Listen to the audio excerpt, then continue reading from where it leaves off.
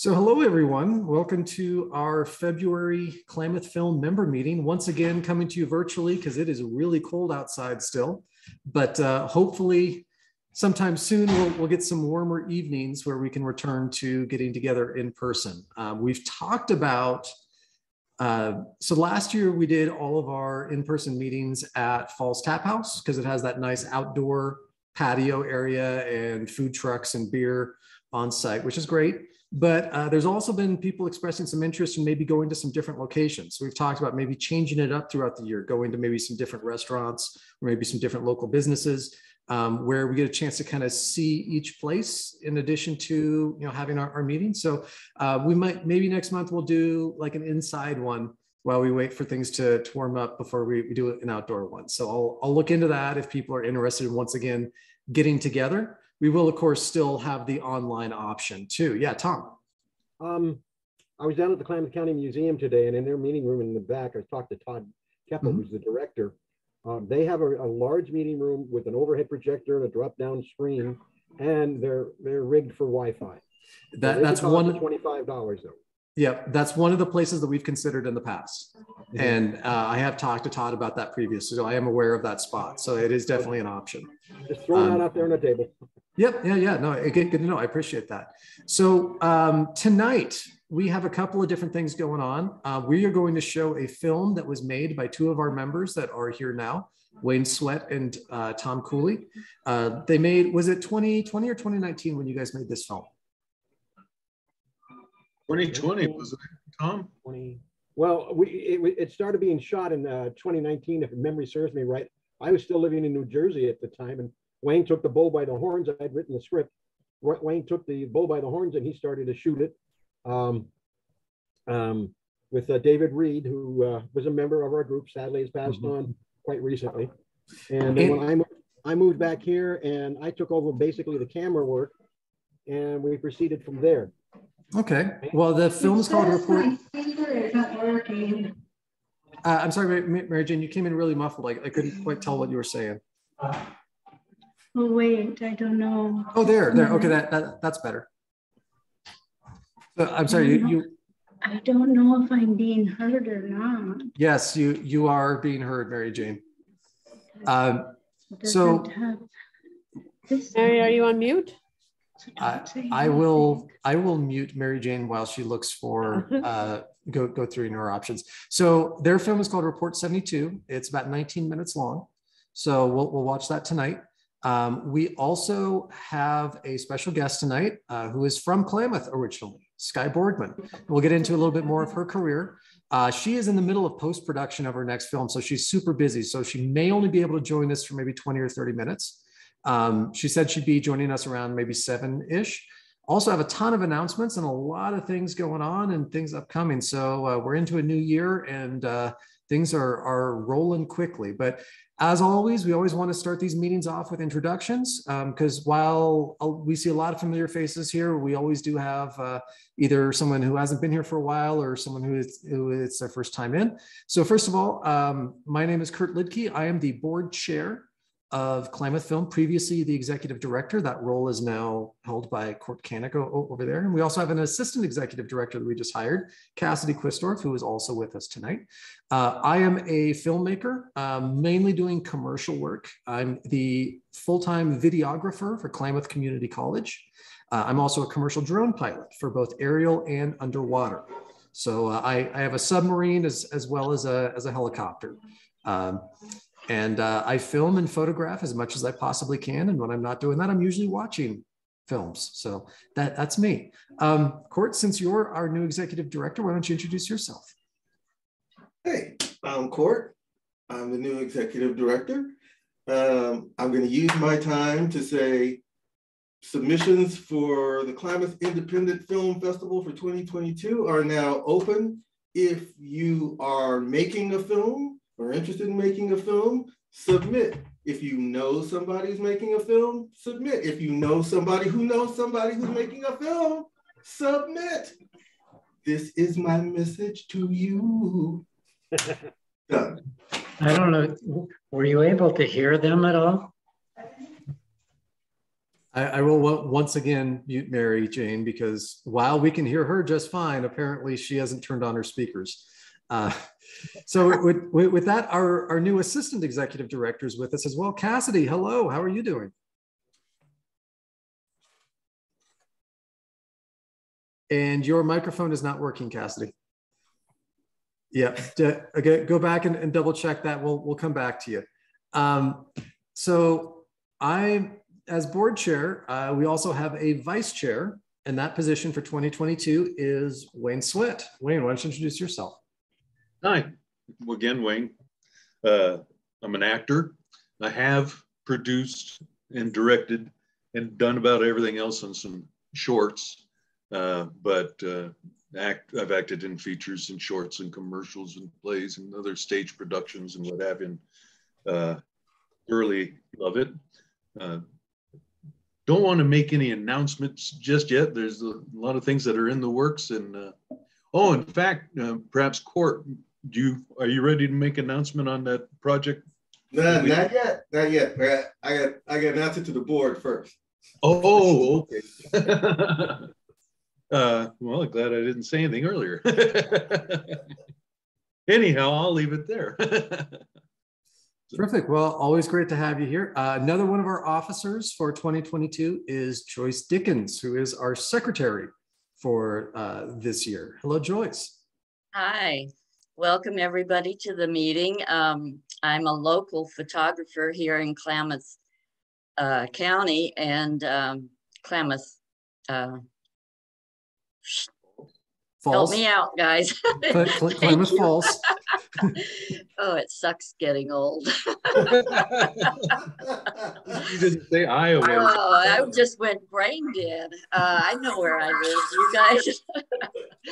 Anyway, I'm a local photographer. I'm the new secretary for Klamath Film and also a member of the Klamath Art Association. And starting Sunday, we're going to have a new presentation at Klamath Art. So welcome everybody to come down and check out our exhibition of birds. So hope to see you all. And I'm really pleased to be here in the meeting as the secretary and wish everybody a fantastic 2022. A quick question, the display, that's going to be at the little museum by the Link River? Yeah, the Klamath Art Association. Drive? Yeah, it's one back behind the Favell Museum. The tiny little one, it says Klamath Art Association. That's us. So from downtown, once you cross over the river on Main Street and it starts to loop around, it's right there on the corner. It is right on the corner, and the driveway is kind of hard to see. It's a dirt driveway, but there is ample parking once inside. So yeah, look forward to seeing you all. It is an open house, so there's supposed to be a little bit of food there and meet and greet with the artists. Me for one. Terrific. Well, it's almost Winter Wings Festival time, so I know it's tied in really well with that. Yeah, terrific. Tom Cooley, he is with us as well, longtime Klamath Film member. Hello, sir. Why don't you introduce yourself? Well, I've been around with this group since its inception way back when, but I've been around film since the 1960s. Worked in almost every area. I think one of the funnest things I like to do is either write scripts or do the editing and camera work. I appear in front of the camera occasionally, and I get Wayne. I talk him into it all the time. So it's not hard, is it? No, it's not. And I just watched one of Wayne's films the other day. I enjoyed it.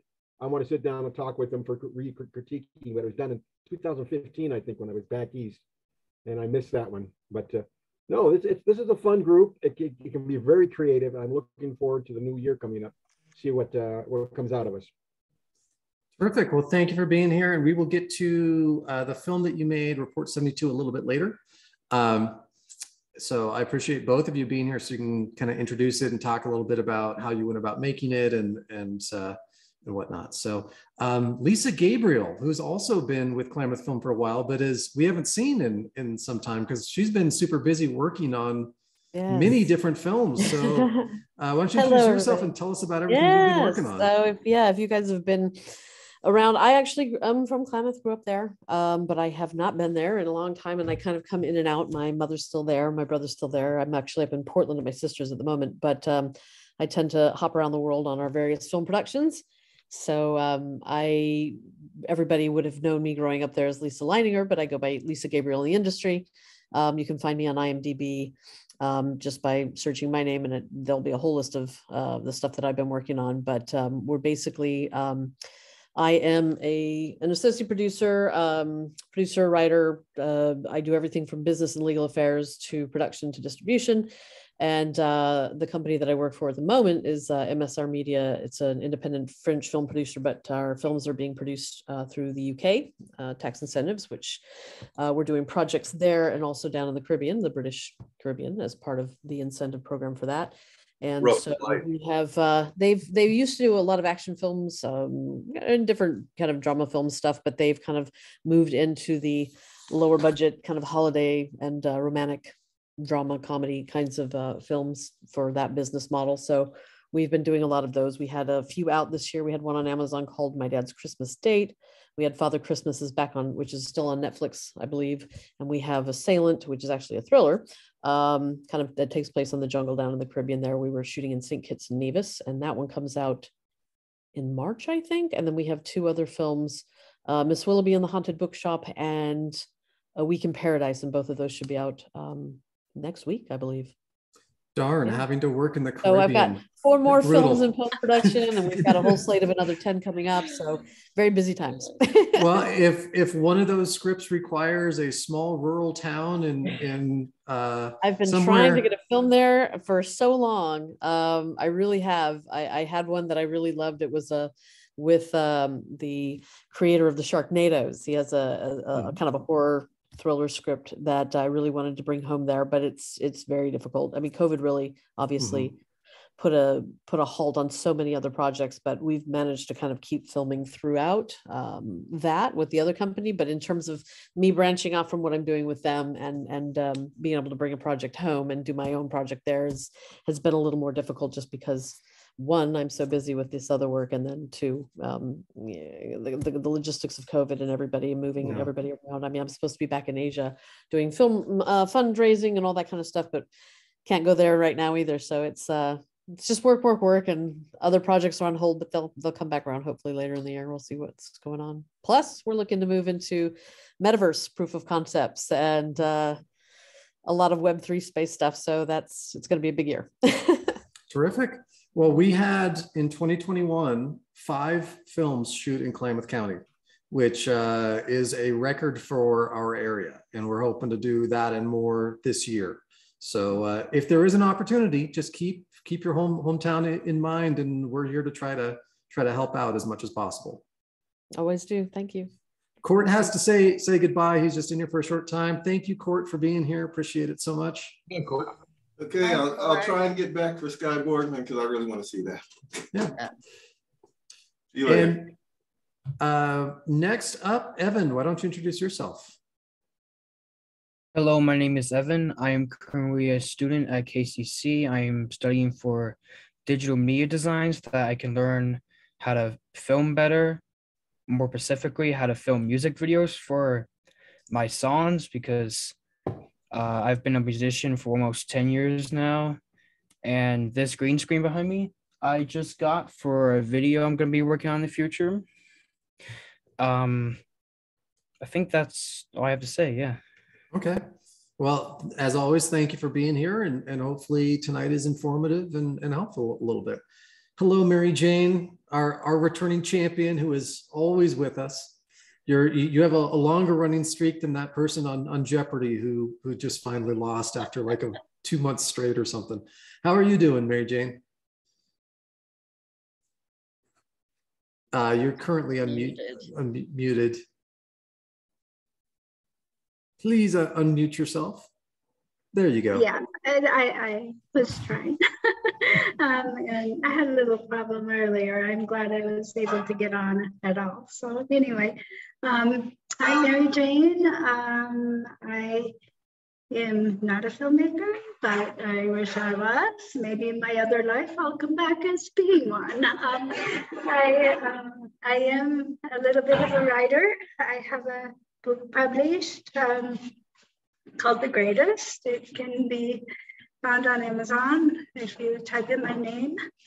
I'm also an artist. My favorite thing to do is portraits of children in charcoal. And I have 5 sons and love Klamath Falls. It's a very beautiful area to live in. Well, I guess that's about it. Thank you for joining us as always. And Art is with us, Art Belsky, but he chimed in the chat room and said he doesn't have his camera or speakers set up. So on Art's behalf, Art, unless there's something that you want to say specifically, I'll just say Art is one of the founding members of Klamath Film. He goes back to its inception in 2012. Art is a local dentist. He says hello to everybody in the chat room and comes to our meetings often, always chimes in, always is interested in helping out wherever he can. So Art, we always appreciate you being a part of this. Thank you for being here, even if we're not hearing your voice.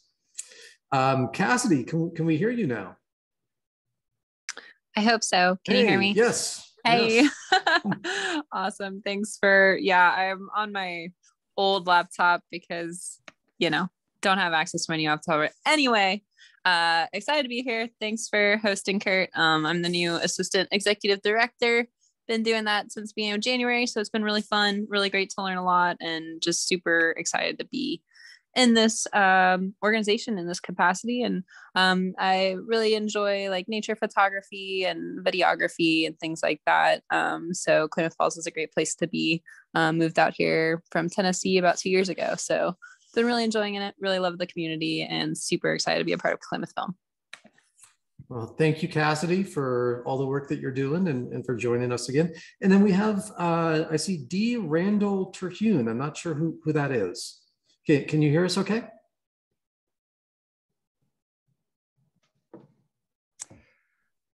Yeah, good morning.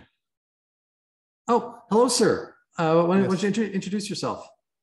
I've come to a couple of events with James Ivory. That's the only participation I've ever had with this. And so I'm on your mailing list, and I saw a notification for this meeting. So I thought I would just come and give a listen. That's it. Fantastic. So do you prefer Randall or Randy? Randy. Okay. Just making sure. Well, Randy, thank you for being here. We do these the first Thursday of every month from 6 to 8, sometimes in person and sometimes online, exclusively depending on the weather. It's an opportunity to hear from other folks in the area that are involved in film in some way or just have a general interest in film, as well as upcoming events, any sort of announcements, things that are going on, if there's any film productions coming to our area.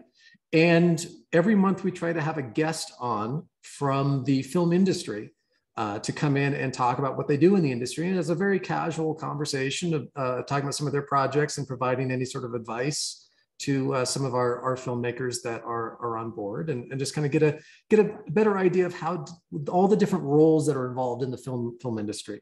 So we've had screenwriters and directors and actors and musicians and all sorts of people. So tonight we get Skye Borgman, who is a Klamath Falls native who now lives down in LA, runs her own production company, is a professor of film at USC, and has recently had several films on Netflix and Hulu. So we get to talk about that tonight. So thank you so much for being here. Really appreciate it.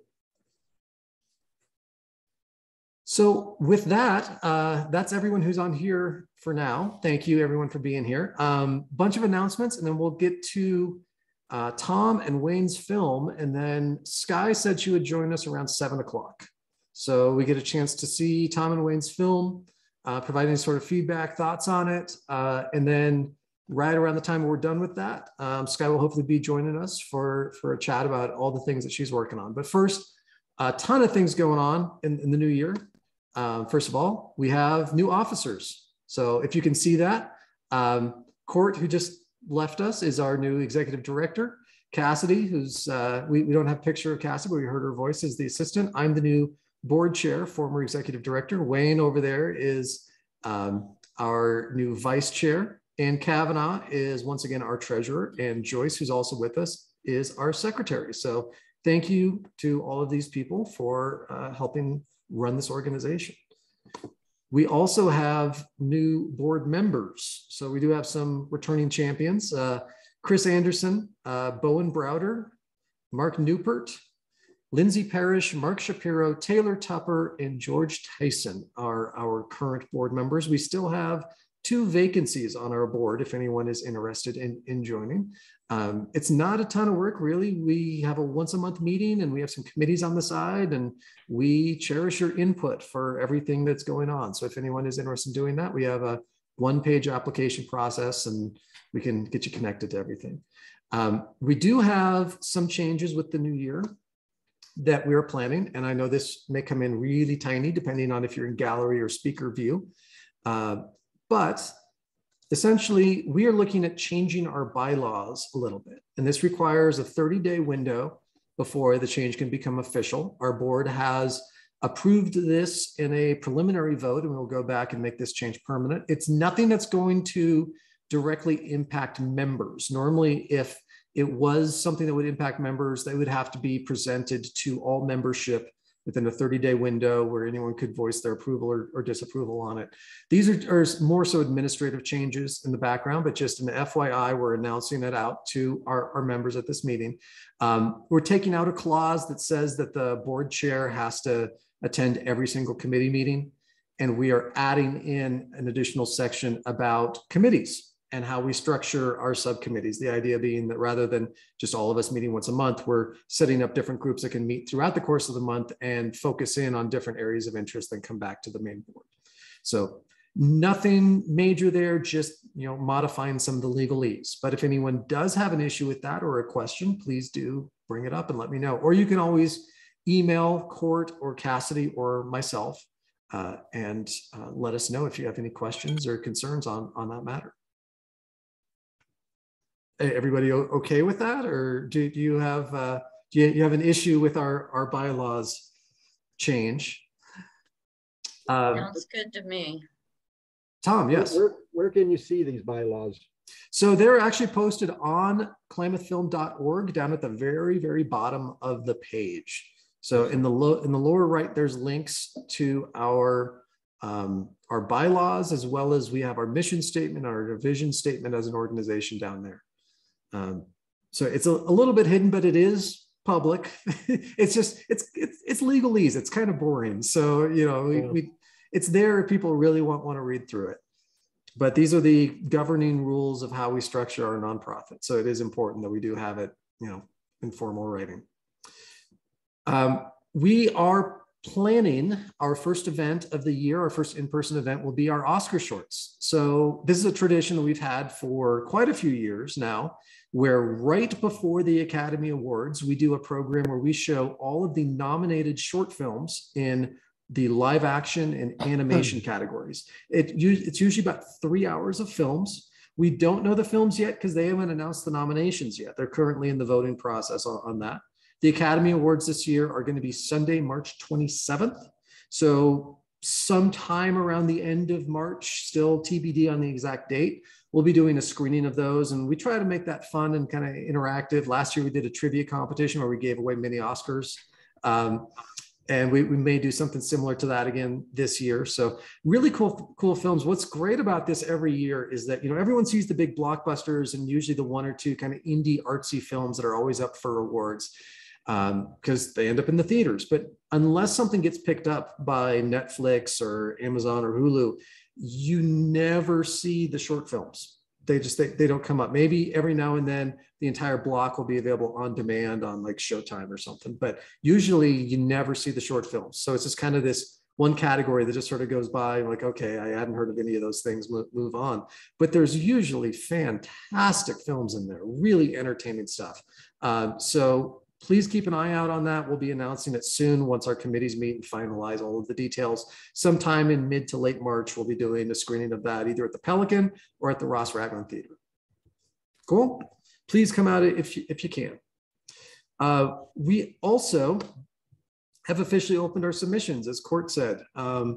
This year is our 10th anniversary of the Klamath Independent Film Festival. We want to make it bigger and better than it's ever been for our 10-year anniversary. So it will be September 16th through the 18th at the Ross Raglan Theater. We will also be live streaming everything that we do on stage like we have for the last 2 years. And all of the films will also be available as an on-demand behind a paywall for several weeks. So come out to the Raglan, and if you can't stay for the full 3 days, that's okay. You can check out things online at your leisure. So, but we hope to see you there. For anyone who has a film that has been made January 1st, 2021 or sooner, you are eligible to submit.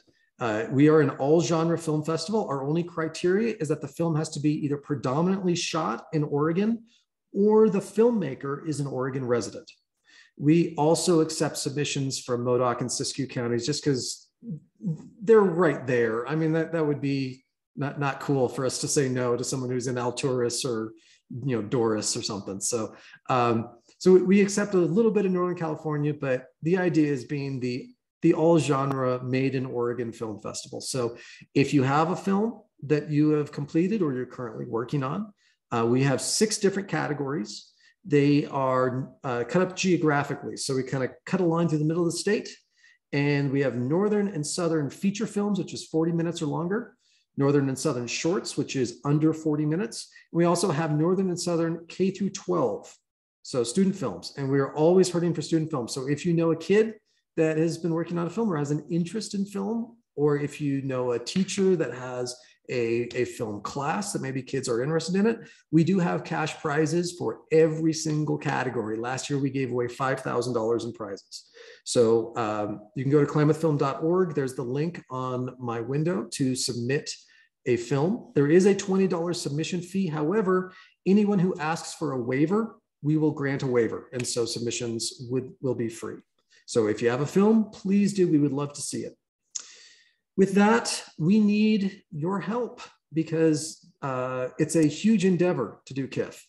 Lots and lots of work, as Court and Cassidy will soon find out as we progress throughout the year. Right now, we want to start screening films. So we are on day 3 of our submission window, and we already have quite a few films in. We really need to expedite that process. So we have 3 tiers. We have our awards judges at the very end who are people in the film industry. We usually only have 3 or 4 judges. They're the ones who are going to determine our prize winners. But we start off with a panel of screeners, and they watch every single submission. And normally, once things close June 1st, then we say, here's 120 films that you need to watch, or however many we got in, and we'll give you a couple of weeks to blast through. And we thought, well, that's kind of dumb to wait. So let's get the screeners started now. So if you are interested in helping us, a great way to do it is to be either a screener or a part of our selection committee. We'll get you access where you can go and watch every single film as they come in and score them accordingly from now through probably about mid-June. And then we will take everyone's scores, average them out, and then the lowest ones get cut. And the remainder then goes to a selection committee. So we have a whole separate different group of judges that will then be the selection committee. They watch all of those remaining films. And then we get together for a marathon Zoom call, like 6-7 hours long, where we discuss every single film that we have watched at great length, debate it to try to figure out what films should be in the festival by score, and also what we think that our audiences would like the best. I usually moderate those, but I don't score. I'm just simply there to kind of keep the conversation going. We need people on the selection committee. We need people who are screeners. So if you have any interest in that whatsoever, in watching all of the films that are coming in for KIF, we already have quite a few submissions, and some of the early ones are fantastic. I've really enjoyed them. So hopefully you would enjoy them too. Please do volunteer. You don't have to, I don't want to put anyone on the spot right now, but if that's something you're interested in, you can always email us, let us know, and we will get you connected with the whole process. Okay. So to watch them, question, to watch them, send a link to like a YouTube page or Vimeo or? So there's a service called Film Freeway, and most film festivals utilize this, and it allows a filmmaker to upload their film once and submit it to a whole bunch of different festivals at once. So the film gets linked on the site. And so we would grant you an account on Film Freeway to our festival specifically. And then you could go in and watch each film and enter your score on a 1 to 10 scale in 3 different categories. So we judge on creativity, technical quality, and overall entertainment value. And we find that that's fair because like technical would be, you know, if it's cinematically really beautiful and well shot, but we get a lot of films that are great, but they're not shot on, you know, Blackmagic cinema quality cameras. Not everyone can afford that. We don't necessarily discredit those films. We've had a bunch of films in that were basically shot on cell phones. But if they're creative, if they're interesting, if they're compelling, we may take a film that someone made in their backyard and we'll reject a film that had a massive budget. It really comes down to what people think is entertaining as an overall entertainment value. I don't like to have judges who are also planning on submitting a film this year. So just for the sake of neutrality, if you're planning on submitting a film, we want to disqualify you from being a judge or a screener this year. But if you are not planning on submitting a film, we would love to have your help on this because it is a lot of work, but you get to see some pretty amazing films and have your input on which ones should be shown. And speaking of, that I may not submit a film this year, but I may be in films that are submitted. So I should probably disqualify myself. Well, not necessarily. We could also say that we could have you as a screener and you just simply don't score your own film. Gotcha. Okay. In fact, we've done that with we've done that in the past with Lori, who just joined us a second ago. Hi, Lori. How are you doing? Can you hear us? Oh, yeah, I can hear you. Can you hear me? Yep. Yeah, no, being a screener for KIF videos are pretty, or submissions is pretty fun in my opinion. I would highly recommend it because that was how I got to see the puppet film. I forget what it's called. Franken Zed. Yeah. So I was just going through KIF 2022 because we just opened our submission window. So Lori, if you want to help us out as a screener again, we'd love your help again. And if you're planning on making another film, be it about puzzles or otherwise, the window is now open. So you can submit and we do have waivers available. So thank you so much for being here, Lori. As always, I see also John's joining us. Hello, John. I don't know if my audio's working or not. Yep, we can hear you. So we were just discussing the Klamath Independent Film Festival for 2022, which John volunteered at last year. Thank you, John, for your help in 2021. We need screeners and we need judges. So if that's something that, John, maybe you're interested in checking out all of the film submissions, not just the stuff that gets selected, we could absolutely use your help on that. You don't have to answer right now, but at least think about it and let me know if that's something that you might be interested in. May change your, my mom passed away in December and my parents sell the house. Oh, I'm sorry to hear that. I don't know. Yeah, my future's uncertain. Sorry. Okay. Well, thank you for being here, John. I appreciate it. Before I move on, is anyone interested, or does anyone have any questions about the film festival while we're on that topic?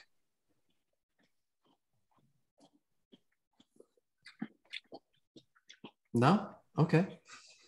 I just thought it was important because we just opened up the window now. So if you know of Oregon filmmakers or if you know of a cool film that was shot, we're actively scouring for anything too. So we will always be looking for stuff. On that same note, we have a film that's going to be shot here soon, and it's by one of our own. Nick Alexander was a board member last year. He comes to our meetings from time to time. We've been engaging with Nick back and forth over the last few weeks because he has a new short film he's planning to shoot in the next couple of weeks. So he's doing some of the background logistics, pre-production work right now. And he had told me that he was planning on holding auditions soon, most likely at the Ross Ragland Cultural Center, but he hasn't given me a date or specifics on that yet. So when we know, we will shoot out an email to all of our members for anyone who is interested in being a part of that film. So Wayne, I'll let you know as soon as I know. I know that he wants police and EMTs involved. So whether we get actual ones or maybe just a costume, that may be one possibility there. We have a couple other films that are interested in coming here. There's a Netflix crew that I've mentioned previously that plans to come here sometime this year, probably sooner rather than later. They're a British-based crew that's working on a nature documentary, and they want to shoot all the, well, they don't want to shoot, they want to film all the birds around here. That'll be coming together as soon as I have more details on that.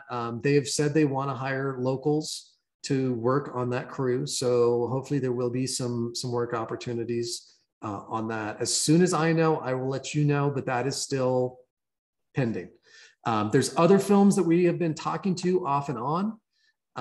They are in various stages of pre-production that we're hoping will come together in 2022. And again, as soon as we know, we will pass that along, but right now I don't have anything definitive for you.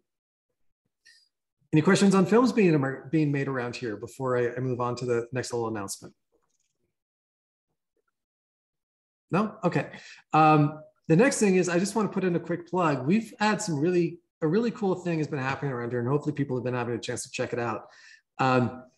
We have a new record store in town. They opened last year, Retro Room Records, and the owners of it, Jimmy is a former stand-up comedian who toured for a good solid decade.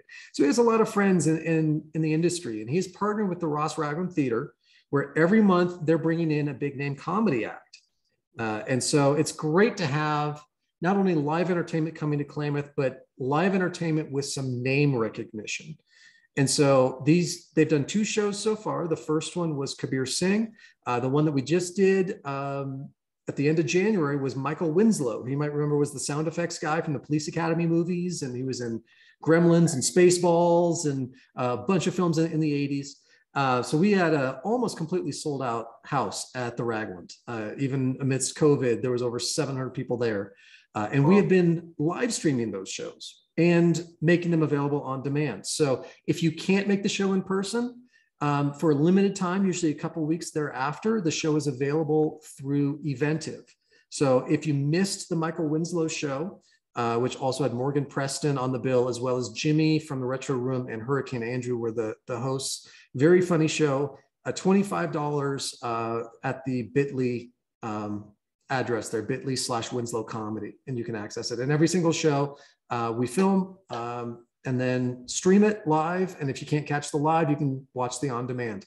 So the next one, really excited about this one. The next one's going to be Kevin Farley. So Kevin Farley is Chris Farley's brother. He's been a longtime actor and stand-up comedian as well. And so that's going to be February 18th.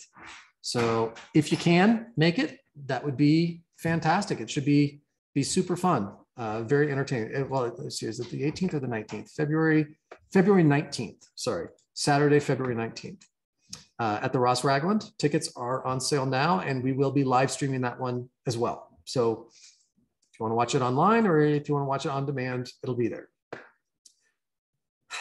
With that, before we delve into the film that Wayne and Tom made, I want to open up the floor if there's any projects that people have been working on or anything that they want to bring up, anything we want to discuss in detail or upcoming projects or any questions about it.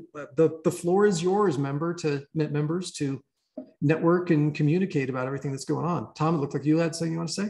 Yeah, I've got one called Out of Order. Wayne's read it. I would like to shoot it, but it's going to take a little bit of money to do this one. Any producers that can help me to raise funds for this particular film, it's a comedy, a dark comedy. I would greatly appreciate, So give us a synopsis about the film. It's a comedy, as I said. It takes place in hell. And it's kind of funny because Satan, who's really a nice guy in this film, gets himself into a conundrum where the elevator from the earth gets broken. That delivers souls down to hell, or in the other direction up to heaven. And it's a lot of fun because when the elevator gets broken, a bunch of guys' souls step into the elevator at the earth level and drop down 1,000 flights to hell. And Satan is like, oh my gosh, I'm so sorry this happened to you, kind of thing. He's got a nice little sidekick there, and all the little characters are kind of, what? Wayne, you did read this, right? Oh yeah, we talked about it. I'd love to see it done. I have a location in mind, but we beat that one to death. I'd love to see about getting he knows what I'm talking about. I'd love to do green screen with this, with some really nice backgrounds and sets on it. So that's why I need to get a producer or something, and someplace where we can shoot this indoors, preferably at a studio of some type, maybe over in Ashland area, since they're set up for this type of stuff. But it's would probably run between 15 and 20 minutes long. And I think it's a hoot. But then I wrote it. What am I supposed to think? You know, I hate my own work. Tom, I have a question, Tom. Yeah. How, I guess, is there a separation between the worlds in terms of like, are you in heaven? Are you in hell? Are you on earth? Or do you go between them? Or is all in hell? All in hell. You're all in hell. You start out in Satan's office. There's a quick shot of him in his outer office, his secretary. And then there's this hallway where the elevator is. And that's the basic thing. And then the last set are the set of stairways that just go up and up and up and up. So that it's basically on 4 sets. Most of it takes place in the hallway with the elevator, the broken elevator. And I actually think it would be a lot of fun to do this particular piece. So I'd need some good actors for it. I think I don't have the script in front of me, but it's about between the actor and Maxwell, the elevator guy, and a few other characters. There's about 8 to 10 characters in the whole thing. But Satan and Maxwell are the main characters. They run almost throughout the entire piece. The rest are walk-ins. They do their bit, and then they disappear. You know, they go down the hall to their assigned punishments, so to speak. Okay.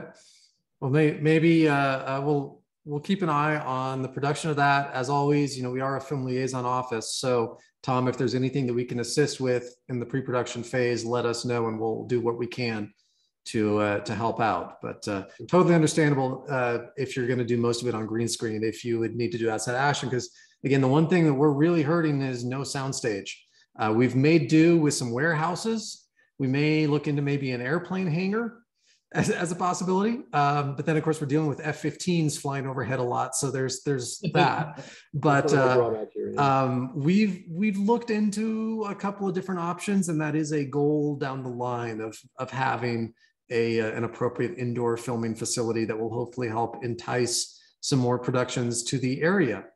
Maybe that's the last hump that we could get both Lisa and Skye maybe making a film in Klamath, because I know Skye has also said that she wants to make a film here at some point too. So, well, this would be a fun one, I think. Minimal costuming. Just one little risque shot of a guy walking down a hall who at first he's wearing a hospital gown to get him in the front. Then he's walking down the hall, and we get a quick shot of him from the back. Of course, you know how hospitals, so you get a little bum there. And Satan goes, "Oh, I didn't need to see that." Kind of stuff, you know. Well, one of the films that was shot here last year, we actually just had as a submission for our film festival this year. So I'm hopeful that gets in, because you know, I'm a little biased because I worked on it. We have a film called The Private Dance that Ray Robison made. He's based out of the Ashland area. He had a film in our festival last year called The Trunk, which was a short film about a woman being accosted in a parking lot, and she uses her ventriloquist skills to get out of this pervert that's coming after her. It sounds awful, but it's actually a kind of a cute, funny film. So last August, we made a film called The Private Dance. We shot it over several weeks. here in Klamath with some of our local actors were involved in it. We shot it, some of it at the newspaper in town, the Herald and News, as well as downtown. And the reason why I'm bringing this up is because the film does involve a nude scene with our lead female actress that we shot on Main Street in the middle of the night, right next to Sugarman's Corner, where we blocked off the roads and we had to chase away some meth addicts that were wondering why there's cameras everywhere, and wondering why everyone was hiding behind things so that they wouldn't be seen on camera. It made for an interesting night. So I was doing drone operations for that. And the reason why I bring it up is one of the joys of filming that you don't often, sometimes the behind the scenes is more fun than the film itself. I'm sure Lisa probably has tons of stories like this that she could share. They're funny after the fact. At the time, maybe not so great. And in fact, I have one, Randy, that I can share with you too, that James Ivory told me the last time he was out here. So we were shooting several shots of this scene where our lead actress strips in the middle of the intersection of Main Street and 6th, right next to Sugarman's Corner, and starts dancing. And so we have 5 different camera angles on this, including my drone overhead. And all of a sudden we see a car almost drive over our naked actress. Someone had gone the wrong way down a one-way road and decided to plow right past all the people waving, stop, what are you doing? Because they're staring at a naked woman dancing in the middle of the street who they almost hit with their car. We had 5 different camera angles on the car though, so it was real easy to get the plates and report them to the police. They then went down to the barricade, realized we'd blocked the street on the other end, looped all the way back around through our set again and asked, hey, what's going on? We're like, you moron, you just ruined a take. Police, whatever the plate was, there's this idiot driving the wrong way down a runway road and almost hit our actress in the middle of the street when we have all these barricades up. So it's funny to laugh about now. I have the footage, the drone footage of this vehicle almost knocking over our actress, but we will have that film hopefully in this year's KIFF, maybe making its world premiere, we'll see. So that's called The Private Dance. That's one of the 5 films that was shot here last year. Lisa, do you have any funny stories of on-set hijinks or crazy things where you had to scramble? Probably because there's always 1,000. It's the life of the no, I mean, producer. there's always something. Every production has something. Yeah, no, I'm pretty good at basically doing a lockdown on bigger budget productions. We don't really have that happen as much, but certainly incidents happen on every shoot that don't quite go as planned. Although I can say the other night I was in town over the holiday and I was coming up Main Street and that exact thing happened. I was down by Black Dogs and I'm driving up Main Street and here certainly comes this car going the wrong direction on Main Street, and there's always something going on those one-way streets down there. That's so I'm not surprised that happened. I've mentioned on more than one occasion to the county commissioners and city council, we really need some more visible one-way street signs. Whether people obey it or not, yes, I see lots of people going the wrong way down one-way roads in downtown Klamath. It's very easy to miss. And we, for a time with Private Dance, we'd even put like a mini bus parked up by like Pine to block that so no one would come down, and still someone went around the bus and then through the middle of our shoot while we have our actress dancing in the middle of the street. So it made for an interesting, obviously unusable take, but we almost had to yeah, exactly. Maybe it goes in the outtakes. Yeah, that'll be during the end credits. So Randy, since you had mentioned that you'd come to some of our James Ivory events in the past, I can share with you a story that James shared with me once. So he was last here in, I want to say 2019 was the last time that we did a screening with him. He has chosen not to come home because of COVID for obvious reasons, but normally he comes home for at least a week every summer. He still has a cabin at Lake of the Woods. So we were chatting about crazy things that have happened on set. For those who don't know, James Ivory, he grew up in Klamath Falls. He's an Academy Award winner, and he's largely considered the most successful independent filmmaker in history. He's been in the film industry since the 1960s. He's made countless films. Perhaps his most famous one is Howard's End, but he's worked with some incredible actresses, made some amazing films. Most recently, he won the Academy Award for doing the adapted screenplay for the film Call Me by Your Name, which we did a screening of with James. I think that was our 2019 event. So anyway, so I asked James, like, what's some of the craziest things that have happened amidst all these films that you've made over the years? And he told me that he was making a film in India once. And on the first day of filming, his lead actor got arrested and thrown in prison. And it turned out okay because he had some scenes where he needed to play sitar, and he wasn't a very good sitar player. So they were able to negotiate getting a sitar into the prison while he was there so that he could at least practice for those scenes.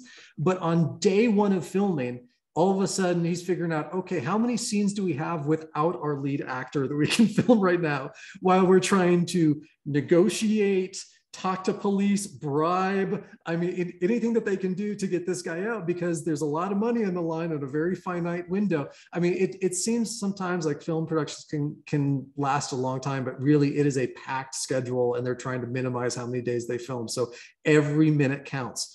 And they tried to figure out, okay, how many B-roll shots can we get of just scenery? How many scenes do we have where the lead actor is not there? Or maybe we can have someone stand in where we're just shooting over their shoulder. And it took about 2 weeks. The merchant involved in the negotiations to bust out the prisoner. Yeah. So this was when it was Merchant Ivory. Yeah, so this would have been a film, I think he shot it in the 70s or something like that. I forget what the title was. But there's some really crazy things that happen during film sets, in the lead up to a film production, during a film production, and after a film is in the can, sometimes still, trying to get it out the door and in theaters. It is a crazy, crazy business. And there's 1,000 different things that can take place that can kill a project or make it go off the rails, which is tough because they try to map out like down to the minute, down to the hour as much as possible to maximize, because every minute you're spending money. So to have your lead actor suddenly thrown in prison, now he was able to laugh about it. At the time, he's like, oh, okay, what can we do at this point to try to make it through this? There's been things that I've shot, on a smaller level, because mainly I do commercial work, but like the other day I went out to drive to film somewhere offsite and realized there wasn't an SD card in my camera. Oops. Or the batteries weren't charged overnight. Yeah, or the ever popular, I didn't press record during that entire interview, so we have to do it all over again. All these things happen. They sound stupid, but they actually happen a lot. So you just kind of have to learn to. We had one on the last film. We had all the actors ready, showing up. They walk down onto the dock to get onto the boat, because we're supposed to be having a boat day. And we get there and we have a TikTok, which is not the same thing as TikTok on your phone. It's like a group chat, basically on a WeChat. We call it a TikTok. And so it's every scene, when it's complete, all that kind of stuff. And I'm working right across the street in my office, and I see on the TikTok, it's the wrong boat. So we had a whole day blown because they sent the wrong boat. And when you're in the Caribbean, there's just nothing you can really do to replace it immediately. So yeah, it happens a lot more than you'd like to happen, but yeah, production's always got something interesting happening. Well, usually we were working on Wayne's first film called The Demon of Black Death. And we had a bunch of extras down here on Main Street. And the deal, he knows what I'm about to say. The deal was, we're going to do a slow drive-by from an elevated car position of all these people on the street, a couple of dead bodies, some people puking up because they got the plague, other ones trying to help, other ones EMTs and all this stuff. So we went around the block 3 times and reset each time. The last time we came down the block, this lady came walking out of one of the stores, and she didn't have a clue what was going on. And she saw all these people puking up and dead on the street and all this stuff. And she freaked, We got it on film. And when we got around the corner, I quickly came around again, and I got her to sign a release form. So it's in the film if we ever got it finished. We never got a chance to get it finished. But anyway, it's funny. I mean, she really did freak. It was real emotions. She didn't know what was going on. And those are happy accidents. Yeah. Well, and sometimes I was just watching a documentary yesterday on a campy film that some people may remember from the late 70s called Attack of the Killer Tomatoes. Oh, God. One of the most famous scenes in that film was a helicopter crash. And they talked about how it cost $60,000 for them to crash this helicopter out of a $100,000 film budget. The problem was there wasn't supposed to be a helicopter crash. It was just supposed to be a helicopter in the scene. But the helicopter crashed during the cut, and they ended up deciding, well, okay, if this is gonna cost us half our budget, we might as well include it in the film somehow. So things like that. Sometimes, like Lisa said, they can be happy accidents, and sometimes you're sitting there going, oh crap, what are we gonna do now to try to fix this? But that's almost kind of half the fun. Whether you're a director, whether you're a producer or an actor, everyone has their side of a film, and everyone has, to a certain extent, some sway and pull, and sometimes those things can clash. Sometimes it works great and you end up with this great project. Another person from Klamath that we've talked to in the past that's been a big supporter of us, and I've mentioned him before, is Bergen Swanson, who is a big-time executive producer now, but he grew up here locally, went to Mazama High School, ran a bike shop in town with his dad, and then got into films, and now he's produced over 40 films. And Bergen was, now he's up to being executive producer, but for a long time, he was known as what's called a line producer.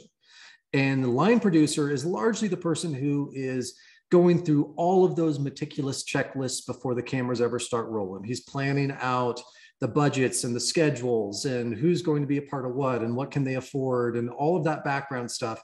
And so often, you plan all that out, and within a day or two of shooting, that all gets thrown out the window, and you're just trying to hang on for dear life with whatever crazy thing is happening at that time. Does anyone else have any stories? Because it's almost 7 o'clock, so Skye should be joining us any second now. So I think we'll watch Report 72, because Skye said she'll only be able to join us for like half an hour, so we'll watch that afterwards. Any other crazy stories or things people want to share? We're all familiar with Walt Disney's 20,000 Leagues Under the Sea, correct? Shot in the early 50s. There was a scene in there that the divers are out of the Nautilus and they're walking along the bottom of the ocean when a shark comes along and literally attacked the actors. It was not in the script. The cameraman kept rolling, and the footage came out so well, they incorporated it into the script. Wow. One of those situations. Nobody was hurt, including the shark. Yeah. And in a contrast to that, you take a look at a film like Jaws, which was such a landmark film. It kind of established the summer blockbusters. What made that film so eerie and scary at the time was that you never really saw the shark, but you could hear it, that infamous da-dum, da-dum, da-dum. Well, a big reason for that was because the shark never worked on set, and it was leading Steven Spielberg to have a nervous breakdown that almost every single day on set, the shark would not work. So they had to film around that and try to do more first-person perspective shots because they couldn't get this damn shark to work. And finally, a couple of days when it did work, that's when you actually see the shark in the film when it's attacking the boat. It was the only days that the shark was actually functioning. So it was supposed to be in the film a whole lot more, but that's almost what made it, instead of a campy horror film, made it into this giant blockbuster. It became cocky in that way. Exactly. So Skye should be joining us any second now. And she has a very limited time because she's in the middle of post-production of her next film. So she's gracious enough to give us maybe 20 or 30 minutes. So I just want to do a quick run through of her career while we wait for her to join. So Skye grew up here locally in Klamath. She's a Klamath Union grad, and her dream initially was to get into acting in theater. So she pursued that at a higher education level. She moved up to Washington, and soon she found that she actually enjoyed being kind of a stage manager and being production more so than being the on-stage actor. And so over time, she got into documentary filmmaking. Early on, she made a film that was a boat trip with her and her dad when her dad was, right before he passed away. They got a Chinese junk boat and sailed it through the Gulf of Alaska. And that film's called Junk Dreams. And then from there, her career just started taking off. She started traveling all around the world, mainly as crew, did a lot of work as a cinematographer. So she was the one, operating the cameras on various documentaries, traveling all over the world. And eventually she got opportunities to become a director. So she started working on her various projects, and eventually she became a professor of film at USC, which is USC is one of the most prestigious film schools in the world. And so that is a really huge deal to be a professor there. So where her career has really taken off was in the last couple of years, she made a film called Abducted in Plain Sight. And after working on a bunch of films independently, this was her first film that ended up on Netflix. This falls under the true crime genre. So if you're a fan of true crime podcasts or true crime documentaries, this is a crazy, crazy story that just delves deeper and deeper into 1970s Mormon family and this gentleman who gets in with the family to, he's basically a pedophile and tries to get connected with the daughter, and ends up in a love triangle with both the mom and the dad in order to get closer to the daughter. It's a weird story, and every time that another leaf unfolds, you're like, oh God, oh God, oh God, but utterly fascinating. It's on Netflix. I highly recommend it if you get a chance. That film earned international accolades, and from there, Skye's career was off and running. So true crime kind of became her thing. So Netflix asked her to direct an episode for a series they had called Trial by Media, where various court cases get caught up as national news stories, and largely the media is starting to dictate the dialogue while everyone's watching what the court case is going to be, and then it's a matter of, well, is the accused actually going to get a fair trial because everyone in the country is talking about this, that sort of thing. So each episode, so she directed one of those for Netflix. From there, she worked on an episode of Unsolved Mysteries when Netflix also established that.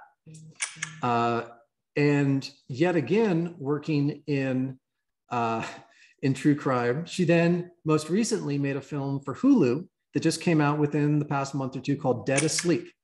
And this is a film that looks at a murder trial where the defendant claimed that he was sleepwalking. And so it looks at the science of sleepwalking, the validity of it, what people are capable or not capable of doing while they're sleepwalking, whether that's a tangible excuse for potentially committing murder. I won't spoil it, but it is pretty fascinating from both a scientific standpoint and if you enjoy the true crime genre. So beyond that, Skye's worked on a bunch of other projects, either as cinematographer or director. She worked on a documentary about the band Quiet Riot. She's worked on a slasher film. She's worked on a documentary in the Galapagos Islands. She's worked on a bunch of different projects. So if you get a chance, I highly recommend checking out her films. I find her work really fascinating. So that is our guest, who should be here any second now. I see Brooke's joining us as well. Bert, do you know anything about their 2005 film called Pebbles? I don't. No, I haven't had a chance to see all of Skye's work, but I've seen a lot of it. So we can certainly ask her. Hi, Brooke. Hello. She did that before Junk Dreams. Yeah. Junk Dreams really hit home for me because my dad was a sailor, and she made the film right before he died, and my dad died very suddenly. So my dad was actually planning to sail around the world at some point, right when he passed away. So that was. She showed me this film. I was like, did you make this? I know you made this one about your dad, but did you kind of make this one about mine too? Because it hits way too close to home. Hello, Brooke. Hello, thank you for joining us. Yeah, of course. It's good to be out of class.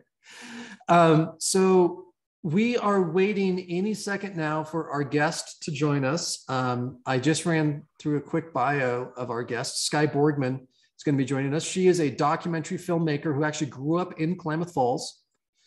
She's now based in LA. She's a professor of film at USC, and she's been making a bunch of films for Netflix and most recently for Hulu. Her specialty is doing true crime documentaries. So if you enjoy true life documentaries about really crazy stories of crimes and trials and all that, that's kind of her specialty. She only has a few minutes with us because she's actually in the middle of post-production of her film, but she should be joining us any second now. So while we're waiting for her, Brooke, you want to go ahead and introduce yourself to everybody? Sure. My name is Brooke Eldridge. I'm currently a mechanical engineering student here in Klamath Falls, and I'm also a performer. I used to live down in Southern California. Now I'm pursuing a degree, and I hope to be back in the film industry, performing or working behind the scenes, wherever it takes me. Terrific. Brooke, can you check your volume? Because you come in really low, but hopefully people heard that. Oh, maybe, is this better? Yeah. A little bit, yes. Okay. Part of it is because my laptop was sitting on my bed, but... Oh, okay. I recall from I think it was the last meeting, I didn't attend, but watched a recording nonetheless.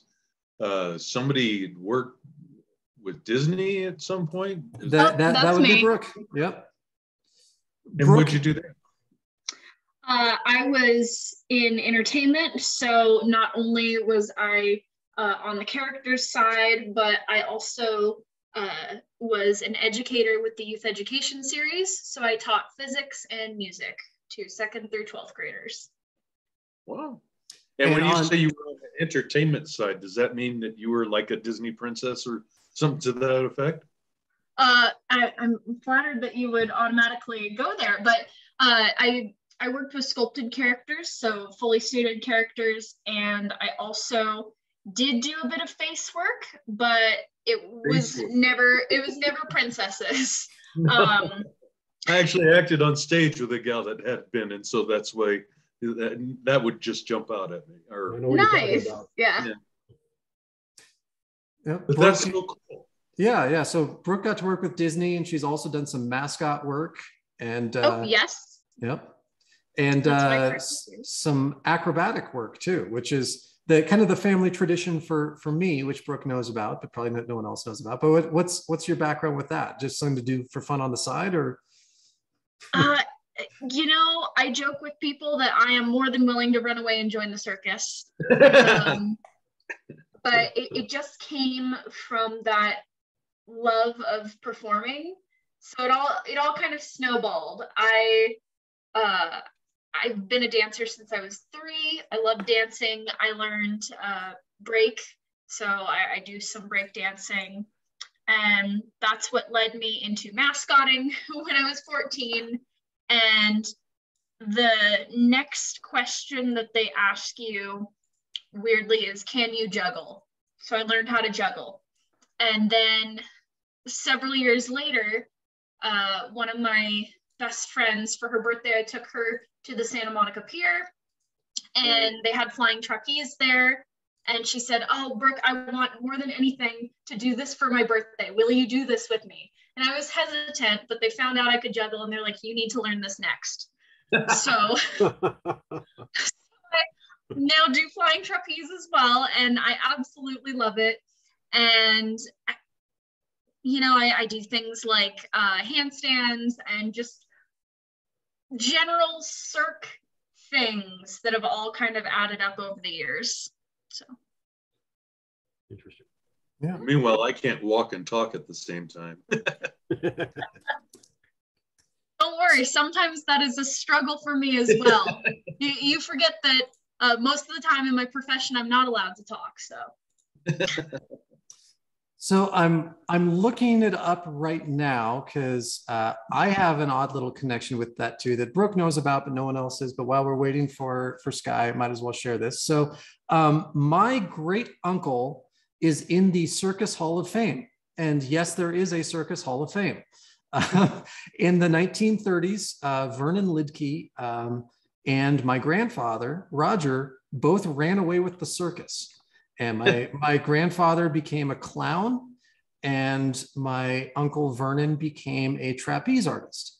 And while my grandfather was a clown for only a short time and then came to his senses and returned back to the farm, Vernon made a life out of it. And first he just helped out with whatever he could around the circus. Eventually he became a performing act. And eventually he invented an all new style of high wire act called a sway pole. And think of like a football goalpost. or like a giant tuning fork, except that the posts go about 150 feet up. And it turned into an act where my great aunt Dory, who had zero high wire experience, Vernon taught her everything. They would perform this whole duo show where they would go up to the very top of the post, and they were all aluminum, and they'd sway back and forth, and they do various aerial stunts about 150 feet in the air, as imagine a goalpost where the winds are so strong that it's actually swaying like that. They performed all over the world. And in fact, I have footage of them performing for the King and Queen of England in the 1950s. Vernon and Dory were also the very first circus performers to ever appear on live TV. And thankfully someone posted that on YouTube. So I also have the footage of Vernon and Dory performing on live TV, doing their circus act on a morning kids show. Vernon died in 1962. He was practicing and a support wire broke, and he fell and actually survived the fall, but then the entire rig fell on him. And that was the end of the career. But he's credited with creating the sway pole, and some of the rig that he used is in the Circus Hall of Fame in Sarasota, Florida. He performed as the Flying Ortons because he ran with the Orton Family Circus, and no one can pronounce Litke. So it made sense that he would perform as Vernon Orton, because Vernon Litke just doesn't work. So yeah, one of my dad's all-time favorite stories was when Vernon and Dory came to visit him in Hermiston, Oregon, when he was just a little kid growing up out in Eastern Oregon. And for the entire week, he'd been talking about his world-famous uncle, and all the kids in school were like, yeah, right, whatever. And so when they pulled up with the truck, all of a sudden, all the kids kind of poked around. We're like, hey, what's going on? So Vernon gets out and realizes there's an audience here. So he just very casually, nonchalantly walks into the house to say hello to everyone, but he walked in on his hands. And my dad felt like the coolest kid in school, like told you, for an entire week thereafter. So that's my connection. I only wish that circus skills were hereditary, because I am such a klutz. There's no way I could ever come close to being an acrobat in any sense of the word. But I certainly admire those who do. And it's kind of cool to say that at least at one point in our family history, someone could do it. So I have some old photos that I was trying to track down, and I may not be able to find them tonight, but I have some cool photos of Vernon and Dory performing in the 40s and 50s growing up. And we also made a short documentary that's available online all about Vernon Lidke's life. It's about 8 to 10 minutes long. So if you want to check that out sometime, look that up on YouTube, or it's also on Facebook. So I'm wasting time a little bit because we're still waiting on Skye to get here.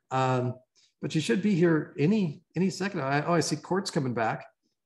While we're waiting for Skye, anyone else have anything they've been working on that they want to talk about or share, or anything, any questions, anything we may be able to help out with? Well, I'm still pursuing my cyberpunk movie idea. I don't know. I find that it's one of those things where you always try to capture any kind of brain, ideas that come to you, because you're always trying to fill out the whole narrative or everything that's going to happen. And I could give you just a brief synopsis of what this crazy thing will be if you want. Sure. So basically you got a guy, like you would probably start out, he's kind of in his cyberspace, but his idea is more of a utopian kind of a synth wave, the old 80s neon, all that stuff, a nice world. And of course, when he kind of gets done with his little session there, he turns off, and then of course he's back to the drab, dreary world that he really does live in, which is a little more like your Blade Runner world. But so you get to see him walking through that world, and of course, so he wants to be more of a nicer place, but real world is not always nice. But there's some quirky things that happen, and of course, in the cyber world, there's dangerous people too, and he's got his little crew of people that he works with, and they have their different talents. But they kind of search around, kind of a little bit like Blade Runner, where they're investigating different things, and they come across different things and different jobs or opportunities, and they run into interesting characters along the way. And of course, this is all kind of adding up to some potential plot themes later on, where they might be able to do things, but they have to maybe pull in some of these other characters that they've run into along the way to help them. And of course, I hate to go way off tangent, but there's the crazy theme that I'm kind of culminating to is it seems like some people, if they try hard enough or work hard enough in the cyber realm, they actually can develop some of the things they've been working on. Like, the physicality actually manifests in the real world. And so, like, this one guy has developed a talent where he's got, like, he can open his mouth, but he can also, like, flap down a flap in his mouth, and he can, like, suck in anything he wants. It's like a void. Of course, they give these different people names, but so if anything's bothering everything, he could just, like, suck them right inside of him, like into his own little void space, and he can always cough them back up again if he needs to. But so this character, it sounds like the video game Kirby. I don't know. I'm not familiar with that one, but I'm sure that in the with so many ideas in the world, some of these things resonate with other things. But one of the ideas there is that I guess they get contacted somehow by an entity that wants them to help them on a rescue mission, and and one of the reasons they're contacting them because of this guy that they know. Well, it turns out that this is not just any old entity. It's like some alien wanting them to save their planet. And they actually want the guy to suck up their planet and move it to a different place before their sun goes nova. And I don't know, I'm just saying, I've got some crazy ideas. One of the other themes is that, of course, they have to go up.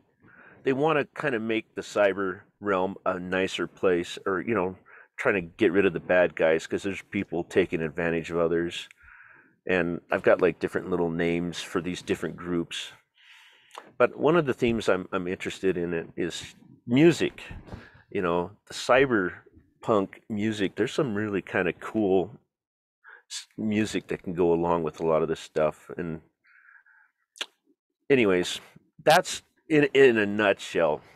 I mean, it's ambitious. Yeah, who knows what I'll really be able to accomplish, but I figured I'm just more in the collecting ideas and just seeing how this all will play out, and what kind of what kind of budget or abilities I will really be able to do down the road. I don't know. It's just I'm trying. Just something that's that's in sometimes something gets in your brain and you just want to get it out there, and that just happens to be the thing for me. Oftentimes I have this amazing epic, like, Lord of the Rings style dream, and I wake up and the first thing I want to do in the morning is jot it down, because I'm like, I could make $1 million off this story.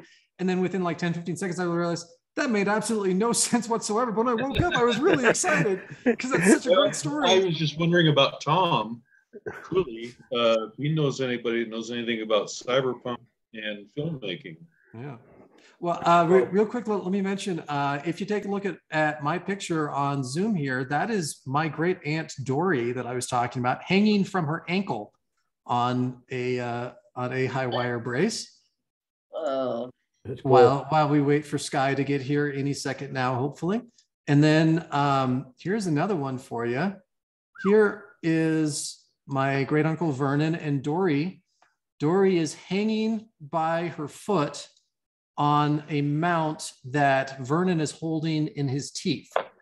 Wow. So her life is literally being held by his jaws. Brooke, I'm guessing this is not a stunt that you would want to pull off. No way. Not this one. It's super cool to see though. So at least one person in my family history had some sort of coordination, or at least good teeth. I don't know, that one shot there where she's hanging upside down. That looks like that platform might be rotating. Yeah. Because yeah, it looks like a design for that type of it's kind of hard to see Vernon because his clothing's kind of blending in with the darker pattern. Let me see if I can zoom in on it. He's at 4, 5 o'clock, something like that. Yeah. So this would be 1953 that they were performing in a circus. That's cool. You know if they worked for Ringley's? I don't know all of the circuses that they worked for. They would move around to various circuses throughout the course of the year, and they travel all over the world. My grandmother said that Vernon always wrote the best letters because all of his letters were like, well, today I'm in Africa, next week I'll be in South America, and then after that I'll be in China. And that kind of reminds you of the Ripley's, believe it or not, how he'd always do all those write-ups. Yeah. Mm-hmm. Okay, go ahead, Wayne. I digress. You know anybody knows anything about cyberpunk in filmmaking? That's an odd one. I was thinking when he was talking, I was thinking more in the steampunk line. Oh, yeah. Okay, that's what I was thinking too. But I got the names mixed up. Sorry about that. To me, cyberpunk and steampunk are relatives, but there's a definite difference between the two. And then you can go with 7 or 8 different genre styles in steampunk, diesel punk, electric punk, nuclear punk. Steampunk is the big one that's known. But John, your story sounded more like a steampunk to me than a cyberpunk. But it's your call, of course. It's your story. Well, it's I like I say, my influences are more along the lines of like Matrix, Blade Runner, maybe into the anime realm of like Alita, that kind of stuff. So I think I'm not quite on the steampunk. Steampunk usually has that more Victorian theme always running through it, and this would definitely not be that. Not necessarily. Like I said, there's 8, I believe it's 8 different genres. There's a diesel punk, a nuclear punk, everything. You might want to look into it just to. Well, yeah, I mean, it's like Tank Girl, like that movie. Sometimes people kind of go off on those kind of tangents too. Well, that wasn't punk at all. It was very much. I mean, it's based off of a comic book, but that was very much so a film version of the 80s and 90s riot girl punk movement. Yeah. So bands like Bratmobile, Bikini Kill, Slater-Kinney, very much so of that same kind of motif, but then set in a post-apocalyptic world. Mm-hmm. So I'd say Tank Girl was very, very punk rock. Yeah, I was just thinking there might be some kind of creative connection there that might harmonize. Well, I would imagine, like most things, is like once the ball starts rolling, it collects more and more and gets bigger and bigger. I'm just not to that point yet. I'm still kind of trying to get all the ideas together, because the one thing I've known throughout history is like it's story. If the story stinks, nobody wants to see it. And so trying to really get a story that you would want to watch even yourself more than once is kind of really key. That's right. But that takes time. Everything I've acted in, I've watched way more than once.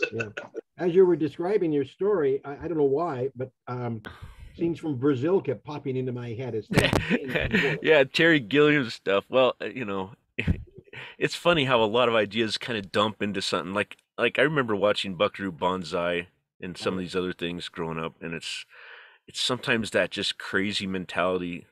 it doesn't always have to be a crazy theme in the movie, but you know, because I'm kind of siding a little more on the serious side rather than the comedic. But well, Kurt, one thing I'm curious about, it's like when I look back at films like your Back to the Future or like, you know, Buckaroo Banzai, it's like sometimes it's like these guys, I mean, look at some of the vehicles and things they produced in such a short amount of time. And it's like people after these things spend years and decades trying to replicate these things. And I'm like, how in the heck were these people ever able to make these things in such a short amount of time? Well, when, you know, when the time was. Practical effects is something that is, I wouldn't say extinct in Hollywood, but people have become so accustomed to doing CG. And granted, there are things in CG that you could never pull off in real life for obvious reasons, or the budget to try to replicate it with practical effects would be so astronomical that it becomes cost prohibitive to doing it. So that's great that that CG realm exists, but there is something to be said about more classic films where everything that was being done are being done with real effects. It's funny that you mentioned Brazil, because I was actually watching Brazil last night. I need to finish it tonight because my copy is on Laserdisc. So I need to watch side 2 of my Laserdisc copy of Brazil.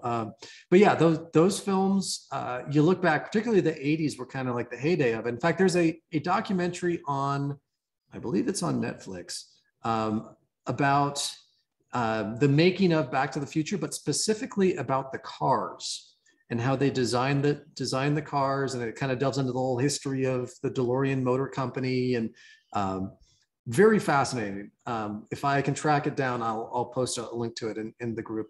I did just send off a message to Skye saying, "Hey, we're waiting for you," and she said 7:30, and it's 7:29. So Okay. any second now. Brooke, since you came in late, I should mention it as well. Just a quick aside. We are now in film festival season. So we just opened the submission window for the Klamath Independent Film Festival. And if you're interested, we need help with it. Specifically, we need people as screeners and judges. So you would be able to watch all of the film submissions and score them accordingly. And then your scores would be compiled with everyone else's and averaged out to determine which films make the film festival. Oh, wow. So we already have a few submissions, and I want to line up screeners now so that there's not, we say, okay, it's June, now go watch 120 or 150 films in the next 2 weeks, and then give us all your scores. I'd like to give people that 4 months time to kind of go through things, you know, at their leisure as they can. So we could absolutely use your help if you're interested in possibly being a screener. We also have a selection committee, which looks at, after the screeners go through all of their scores and we average things out, the lowest films get cut. And then we have a whole second group of committee that watches the remaining films. And then we have a big discussion afterwards to determine which films actually make it into the festival. So there's 2 opportunities to be a part of KIF if you are interested in doing either one of those. Nice. And I know you have a very busy schedule as a college student and all of your extracurriculars, but if that was something you were interested in, you get to see some really cool films. It does sound really tempting. Hey, Kurt, one question. One thing, at least when I'm dealing with my idea, is that I feel like it's running more and more towards like an episodic thing like Mandalorian or something like that. And I didn't quite know, when it comes to our film festival, is there a category for things that end up more in a serial, you know, episodic thing rather than just the film itself? We have done multiple films in past years that was basically episode 1 of a series. Our only criteria is, was it shot in Oregon, or was it primarily shot in Oregon? And or is the filmmaker from Oregon? If so, then it's eligible. It can be a music video, it can be a documentary, it can be a narrative piece, it can be a feature, it can be an episodic thing where we're showing an episode. It's really up to the filmmaker. If they want to submit it, wonderful. We'd love to consider it. And then we will have multiple panels of judges consider it. our festival, we really try to emphasize fun with our festival as far as the overall experience goes. And so that's kind of the one thing that we tailor towards. We always, of course, have like the super indie artsy things, but we want to make sure people have fun. So I see our guest is joining us. Skye, hello. Hello. Skye. Hi, how is everyone? Pretty good. Thank you so much for being here. I know you are a super busy woman these days, so I really appreciate you joining us. Absolutely. And I already told them a little bit about your career, so we don't need to delve into your background too much. And I know the window we have to talk is very finite, so I want to make sure we open it up to questions. So we can certainly open the floor if you want to talk about your most recent project that's been public, the Dead Asleep film, or anything else, or anything you might be working on that you want to talk about. But if anyone has any questions, Skye, why don't I give you the floor first so you can tell us a little bit about what you're doing? Yeah, absolutely. So yeah, I mean, Kurt mentioned Dead Asleep, which just came out, I guess, last month on Hulu, which was interesting. It's funny because COVID is sort of, it's really messed things up in so many ways, obviously. But like Dead Asleep, I've got 3 other projects that are in the process of finishing now, and every single one of them started before Dead Asleep. And so Dead Asleep was the last one that I filmed and the first one to finish, which is like, it's kind of crazy to me. But also different networks, which sort of approach, finishing things in just a slightly different way. But yeah, I'm currently now just kind of finishing 3 other projects, and because of COVID, they're finishing all at the same time, which was never supposed to be the case. 2 of them should have finished. One of them should have finished a year ago. One of them should have finished 6 months ago, and the other one should be finishing, well, I guess 2 months ago, but kind of right around now. So it's pushed the finishing out, which also pushes the budget sort of up, because the longer it takes, the more money it costs. But hopefully, as of like March or April, I'll be done. Everything will be finished and kind of crossed over and delivered to Netflix. So that's kind of where I'm at, is doing a lot of post, a lot of graphics, a lot of music on all of these different projects. Skye. And looking for the next one too, because it's like, as soon as, like, now is the time that I need to be sort of planning and getting the next one going, so that come April or May, I'm stepping into the next job. I think John has a question. Yeah, I was just kind of curious. I mean, I don't know if sometimes we kind of end up maybe not always where we intended to originally. So, I mean, like Kurt's told us, and you've done a lot of true crime stuff. I mean, is this a genre or an area that you're okay with, or is there something or an area that you'd much rather be doing? I'm just kind of curious what you would really like to do if it's not what you're currently really doing. It's interesting because I mean, I know I'm very well and solidly set in the crime genre right now. And it was never really what I intended to do, but I also don't necessarily think of myself as a true crime director. I mean, I really do. I love stories about the frailty of the human condition. And that's very much where lands me in crime. I kind of think that if I were to dream of the perfect job, it would absolutely be documentaries for me, because I love so many elements of documentaries are things that I just love so much, which is, chronicling stories that I really think are important, and traveling and experiencing things that I would never experience sort of in my everyday life. So I think really the perfect subject matter would probably be telling stories about puppies, or, and playing with puppies all day long and filming them. But I'm not sure that there are many story elements there. So I'm in it for the long haul with crime, and hopefully there's no crime with puppies. Yeah, well, there's that Keanu Reeves video with him doing an interview while petting the puppies. You've gotten a lot of hits. Yes. Well, there's a lot of those ASPA commercials with the poor dogs. Yeah. So, I mean, unfortunately, there is a lot of animals being unfortunately heard. Netflix actually had an episodic miniseries called "Don't F with Cats" that was a true crime series that kind of falls on the same vibe. I know, and I was like, there were moments where I was like, I can't watch it, I can't watch it, I can't watch it. Yeah, yeah. Way back in 2010, you did Junk Dreams, which evidently you did with your father. Yes. On a Chinese style junk. Yeah. But before that, in 2005, you did one called Pebbles, which falls under the category of short film. What was that one about? That was a scripted film. It's funny, it was my my thesis project for graduate film school at USC. And it was a scripted project. Can't remember exactly how long it was. I want to say it was like 11 or 13 minutes long. And it was kind of a love story between a boy and a girl, and a pretty simple sort of love story that we shot in New Mexico. But it was kind of after that I really sort of started on my career as a director of photography, and was shooting a lot more things. And when I went to film school, I've traveled for a number of years and was pretty certain that I wanted to be doing documentary films. And then film school was really, they were a little bit more focused on scripted and fiction narratives. And it was great for me, and I love doing all of that, but I definitely, it cemented in my mind that docs are where I want to be. But it was a great experience, working with a film crew and planning the shots. And I think that kind of planning, scripted planning, is really, really, really beneficial for documentary, because I think a lot of times, we go out and we're like, okay, it's documentary. I can just go somewhere with a camera and shoot it and all come together later.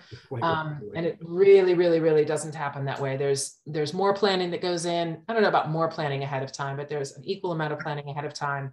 And then so much more storytelling and experimenting and playing that happens in post than ever happens in scripted. On my checklist here, I have, you've done directing and you've done producing. Do you prefer one or the other? Well, I think I prefer directing, but I don't know that I'll ever get away from producing. I mean, like, especially with docs, like as a director, you just have to do so much producing, and you have to think like a producer all the time when you're directing. You have to think about how you're going to make your day. You have to think about keeping the crew happy. You have to think about keeping the subjects happy. You have to think about, wrapping something up so that you have enough time to go to this next place, or is this more important to stay here and blow the next place? So all the time, I think you have to have both hats. But I'll tell you, it's awfully nice if I can just be directing, and if there's a producer there who can be taking care of all that stuff and thinking about all that stuff, it's nice to not have to be wearing both hats. Well, it seems like you zeroed in on the directing in Dead Asleep. Absolutely. I've been hearing good things about it. I've not seen it myself, to be truthful, but you passed on the producer. Who was your producer, just out of curiosity? A woman by the name of Sandrine Mangalore Salsa. And you've worked with her in the past? I've worked with her in the past. I worked with her on a film that we did for Oxygen called The Case Died With Her.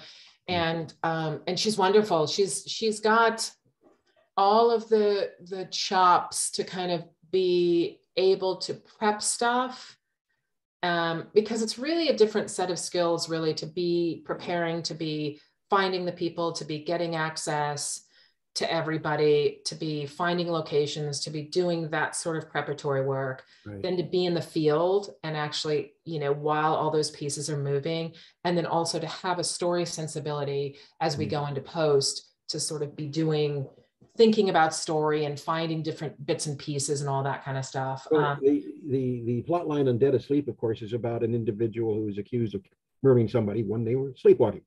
Right. I'm not going to go one way or the other with that. It could happen, it might not happen. I don't know. But the fact is, what was the most difficult thing that you had to do in that particular film?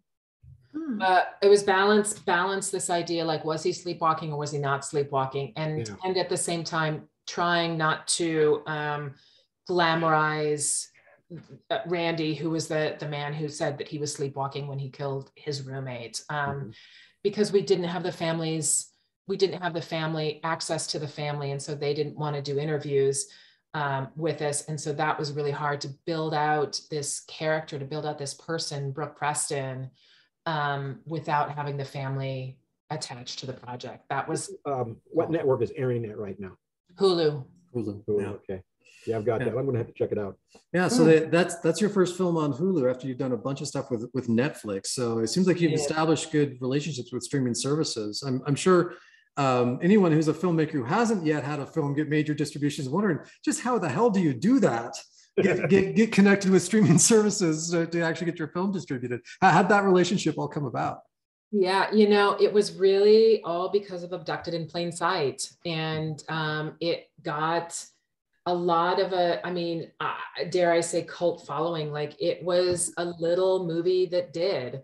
And it had a lot of people watch it on Netflix. And then there was this water cooler moment that it experienced. And I was so fortunate that it did, that people were talking about it. And I think a lot of it honestly came about because nobody had ever heard this story before. And that especially the crime market is really saturated. So if there's a crime story and it's a juicy one, everybody jumps on it. And the networks, streaming or broadcast, are jumping on it really fast because they've got these huge development, machines and personnel.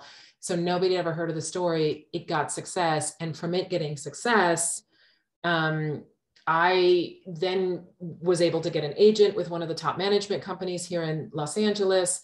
And then they started, putting me together with people. And then networks and companies, production companies, started coming to me to be directing their projects. So it really was because of the success of Abducted that all of these different sort of relationships have begun. And then it's through, a really good, solid working relationship, a great communication, great, collaboration with these different companies that keep them coming back and wanting to continue this collaborative relationship. Abducted in Plain Sight. How involved with the script writing were you? Well, that one, Abducted was one of those where I did everything on it. I was a cinematographer, I did the sound, I produced it.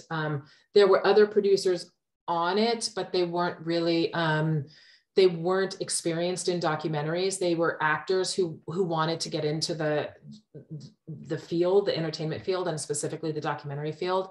So with that one, I did a lot of editing on it. It was really one, because it was an indie film that had zero money. I ended up doing a lot of it, and then took 2 years to sell it. Went on the festival circuit with it, and was doing sort of a very grassroots publicity campaign, and then really, got lucky that it did so well on the circuit, and then was able to get representation from it. We did a screening of it at the Pelican in, I want to say 2019 or 2018, and Skye was kind enough to join us for that, for a Q&A afterwards, which was a lot of fun.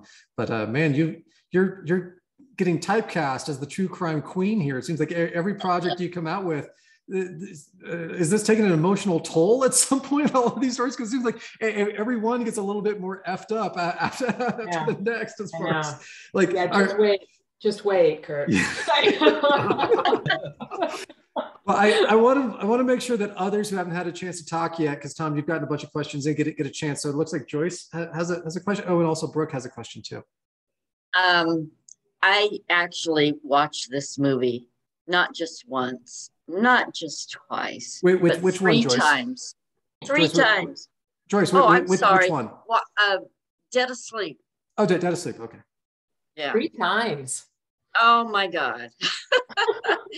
And every time, I'm trying to think, is he guilty? Is he not guilty? I decided he's not. And that was my first take on it the first time around. And then the second time I thought, well, they're making good points.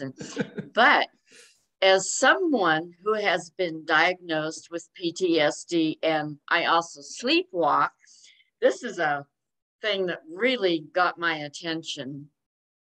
And I've never done anything like that in my sleep, and I hope I'm not capable of it, but holy crap, it's like, could that really happen? Well, I believed every word he said. And the third time I watched it, I just really took it to heart and watched everything and took into my head everything he was saying. And of course, the other side of it too. but I believe this could really happen. And he could not remember it, have no idea whatsoever. And you presented this. I can't tell you. I would watch it many more times. And my husband has been done documentaries in Hollywood for over 25 years. And it's too bad he's not here tonight. Howard's busy sleeping with one eye open because you sleepwalk and you watch that asleep. So. I've warned him about that. he's conveniently away right now. So yeah, very conveniently away. But I want to thank you for this, Skye, because I thoroughly enjoyed it, and I just, what can I say? It was top of the line. Awesome job. It really makes me happy to hear you say that that you were sort of feeling that maybe he did it, maybe he didn't do it, or maybe he was sleepwalking, maybe he wasn't, because that was definitely my intention, because that was very much what I was going through when we sat down and talked to him. When I talked to experts, I was like, he was sleepwalking for sure. And then somebody else I would talk to, I'm like, no, it was sexually motivated. And I would always, sort of swing back and forth. And the fact of the matter is, I don't know that we ever will know exactly what happened. And so that's what I was really trying to do while making this film, is have that pendulum swing sort of back and forth. And so I'm so happy to hear you say that it worked for at least one person. Skye, don't you think? Oh, I'm sorry.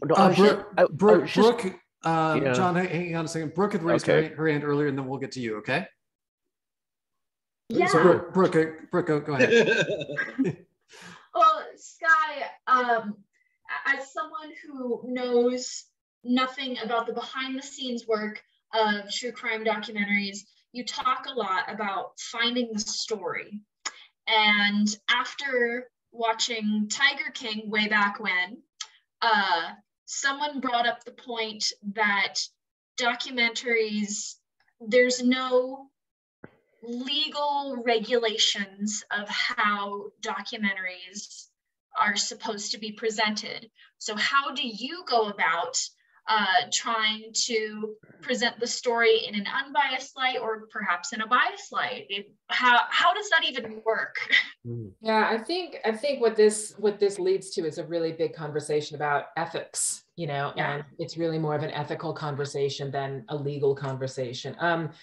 There are a lot of legal considerations you do have to take into consideration in terms of using people's images with or without their consent. So there are some legal things, but I understand exactly what you're saying. I mean, to me, and I don't even know if bias, because I think there's some great, very ethical filmmakers out there who have a bias and they want to tell their story. And I think that's great. Of course. And I probably would do that too, if given the right story. Although I typically, it's funny because I typically sort of feel like, I don't know, I don't think that anything is really black and white. I always believe there are shades of gray with everything. And those are kind of stories that I like to tell. Like, I certainly can believe that somebody is imprisoned for a crime that they committed. Yes, that's very black and white. But I'm very interested in how they got to this point and what was it in their life that got them to this point. And so those sort of intricacies are things that I'm interested in. And in terms of a long way to get around to your question is these, ethical considerations. And I really believe that those are, it's hard. It's always hard, to go in and to sort of tell the story. But I think at some point, and maybe at many different points throughout the editing, and it really is a lot of it in the editing process, because you can manipulate stories so much to say this or to say that, and to really sort of say, are we putting out there to the best of our abilities, the most truthful way that this person says this, and the most truthful and honest reason why this person said this, because you're always changing their sentences, no matter what, always changing their sentences. And so you're hoping that what they're saying is the most sort of truthful way you can say it. So it's constantly a question. You constantly have to sit back and kind of go, what's the story we're telling, and and why are we telling it, and how do we do it in the best way possible? Yeah. Hard. It's crazy too, because you're dealing with real people. Yeah.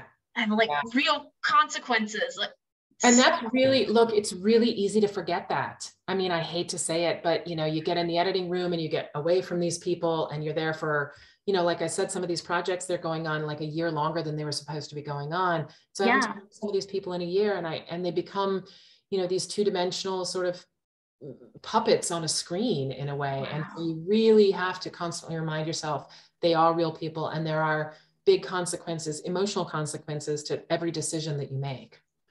So we have a question in the chat from Lori, but first John had a question. Let's keep in mind too, Skye has a very finite window to talk to us because she's got a whole lot of editing to do, and we really do appreciate your time here. John, you had a question? Yeah, I guess I do.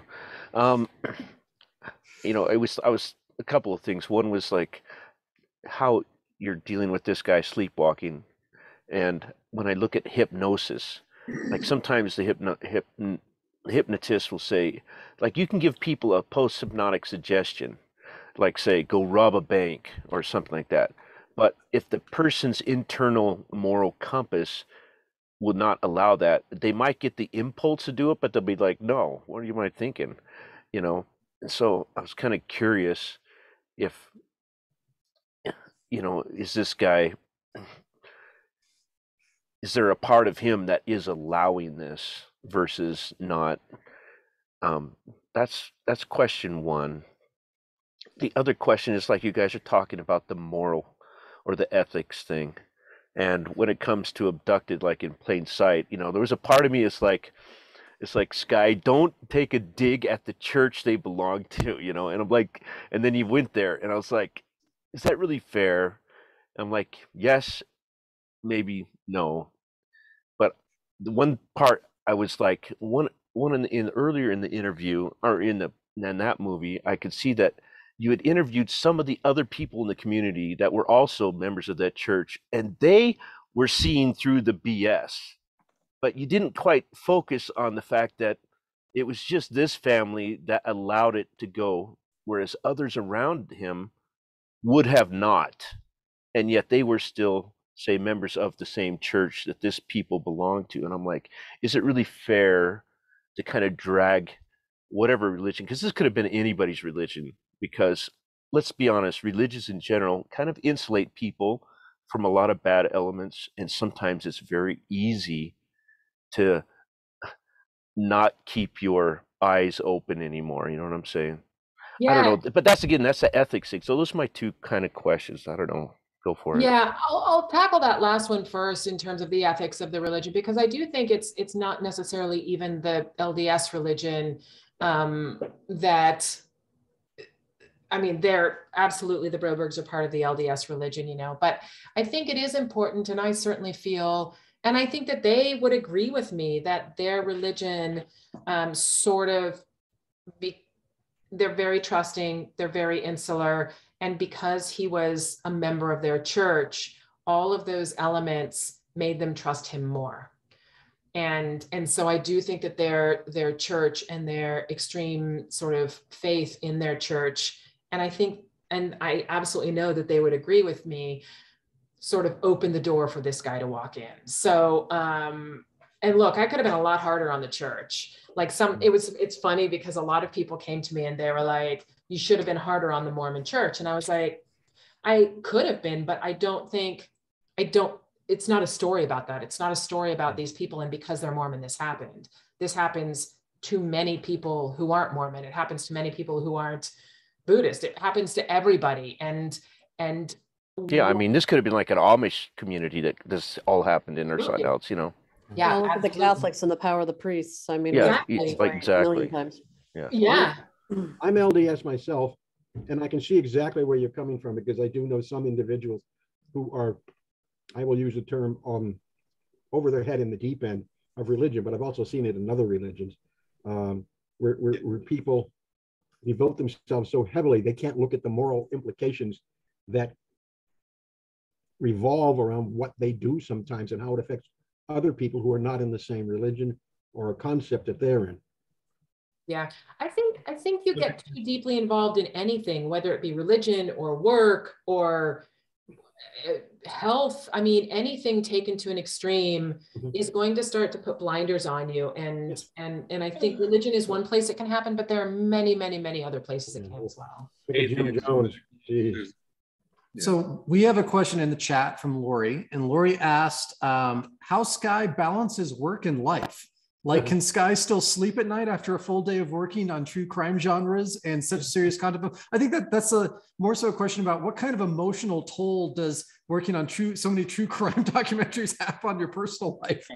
Yeah, it's interesting because I know that it seems like it would affect me in a really big way. I don't know if I'm necessarily cut out for this, but I definitely have the ability to compartmentalize. And so much when I come into, it really is, I mean, I'll go back to it. It really is the edit, because you spend every day sort of working on it. And that's when it can take its biggest toll. But so many times I start looking at, how do I tell this story? How do I craft this? And I start looking at this and how can we better this art form? And I really take it as like becoming a better filmmaker, becoming a better crafter at story, becoming more efficient, and really working to craft a story rather than, thinking about the crimes and how horrific and awful they are. So I think that's how I'm able to compartmentalize stuff. And then, I've got a wonderful husband and a very cute dog. And so I'm able to go home to them and kind of leave the day behind. But I also set, I'm in an office space now, so I can leave my home and kind of come to the office and do the work here. And look, I absolutely bring work home with me, but I try to kind of get it done here and leave it behind and be at home and not think about it. You have a place to decompress, so to say. Yeah, exactly. We're just about out of time, but I want to make sure that anyone who hasn't had a chance to ask a question yet can chime in. So Lisa, I see that you wanted to ask something. I just want to say hi, Skye. It's Lisa Leininger from high school. Hi, how are you? And you and I both ended up in film. And the last time I talked to you, I think I was going to try to be going to the Art Institute of Seattle, and I ended up having a whole bunch of life changes after that. So my question for you is, how did you make that transition? Because I know you were big in theater. Yeah. And then you ended up down in LA at USC and doing all of that. So what was that kind of shining moment where you went, no, I'm out of here and I'm going to switch to film? Yeah, when I went to Cornish right after high school and graduated and very quickly got a job working in a bar. And I was like, hang on a second, this isn't how it's supposed to work. I'm supposed to get my degree and I'm supposed to get a job and be working in theater. And I couldn't quite manage to get that to happen. So I was still doing a lot of theater, but I ended up doing a fair amount of traveling sort of after that, like a post sort of college kind of European vacation. And really it taught me to kind of look at myself and go, what is it that you love? Like, what are the things that you love? And to me, it was really photography, public storytelling, and travel. And so I started going, what can I do that incorporates all three of those elements? And to me, it was documentary filmmaking. I'd never done it before. So I was like, I got to figure out how to do this. And so that's when I sort of came back after 5 years of traveling and applied to grad school and went to USC. And from that point on, I've been making docs. So, but it took me a while. Look, I was 20 years as a DP before Abducted really kind of hit. And then it's really only been the past 5 or 6, well, let's see, Abducted was 2017. So 5 or 6 years that I've been exclusively doing directing. So I do need to point out, Lisa's worked on a bunch of films. Skye's worked on a bunch of films. Bergen Swanson, who's a Mazama graduate, is off working with Zack Snyder and Tom Hanks. James Ivory grew up here and is an Academy Award winner. Laura Oliver's from Bonanza, and she's appearing in a bunch of films. And not one of you has made a film here. What the hell, Skye? Believe me, I tried, and then COVID happened. I was actually going to do a short there, and then, but I actually have filmed in Oregon. We did some shooting in Brownsville. We did some up in what is the Newport? No, Newburgh. We actually closed the highway down there and doubled that for a police station, but it's the old library. So I've actually, and at Forest Grove at the college there. So I've actually shot in Oregon. It's just, I haven't been able to do a whole feature there yet. I just need to do a really want me to come to Klamath Falls and tell one of my stories? Yeah. Maybe. Actually, well, I'm gonna do that another time. I'm just pointing out the fact on this call, we've got actors, we've got filmmakers, we've got people who are actively wanting to work on films. We've got all this homegrown talent that has gone elsewhere, and none of you have come home to do this stuff. Just throwing a little guilt trip out there. Come on, at some point, we're you know ready, what? Part of the problem able. is Oregon is we need a better tax incentive program. It's hard, Yes. you know, when you're looking at credits or rebates and all that. You know, for your financing, we still have to go with other places that have. I mean, they do have a distance one. So, like if you're not shooting in Portland, it's a little bit higher if you're an Oregon native. But you know, if you're looking at 30 to 40% in some places, and ours is 10 to 20, it's just really difficult to get your finance out of it. You know, one of our upcoming guests is going to be Tim Williams, who runs Oregon Film, to talk all about the incentive stuff with us coming up in the next couple months. We've talked a lot over the years. We are after 8 o'clock, and I know Skye, you've got so much work to do, but if you don't mind, there's a couple of people who haven't had a chance to chime in yet. So if anyone has a final question, something quick that we can throw at Skye before she gets back to her projects, anyone who hasn't had a chance to talk yet, or Court, Cassidy, Evan, Mary Jane, Randy, Wayne. Question. Well, Skye, look, we have plenty of crime here, and I'll kill Kurt and give you a good storyline. You know, there you go. All right. So now it's up to you, Kurt. Yeah. Okay. Wayne, you had something? real quick. I've heard Netflix and Hulu. Do you have anything where I could like log on to my IMDb account or Amazon and watch your films there? Or do you have maybe some of your older projects might be on YouTube or something like that people can pull up? Or I'm thinking. I don't. If anybody wants to watch Junk Dreams, I can send you a link to that one. No. Yeah. So let me know. Let me know. Send me a list of whoever wants Junk Dreams. I can send you a list of that one. Okay. The rest of them, I don't think anything's really on YouTube. If anybody's got cable, Oxygen, there's a couple, or Peacock, I guess now is, there's The Case Died With Her, and then there's Murdered and Missing in Montana. And then I've got the Netflix is a lot. Netflix is going to be my home for the next few years. And then Hulu. So those are kind of the places where I'm at. Evan, Cassidy, Randy, or Mary Jane, do you have anything real quick while we string Skye out when she really needs to get back to work?